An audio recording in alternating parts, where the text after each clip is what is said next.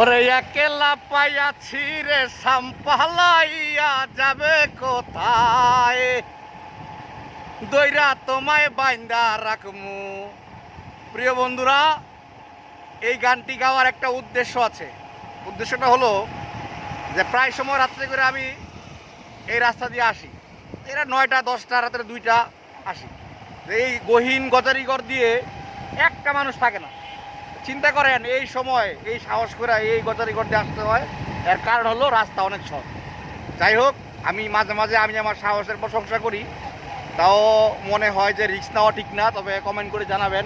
আসলে এই যে দেখেন, চতুর্দিক দিয়ে শুধু গজারিঘর, প্রায় 3-3.5 কিলোমিটার গজারিঘর, এর ভিতরে রাত্রে করে কোনো গাড়ি করে থাকে না। যাই হোক, আমার জন্য দোয়া করবেন ইনশাল্লাহ, আমি যাতে এইভাবেই সার্ভাইভ করে এগিয়ে যেতে পারি। আপনাদের দোয়া ভালোবাসা কামনা করছি। আসসালামু আলাইকুম।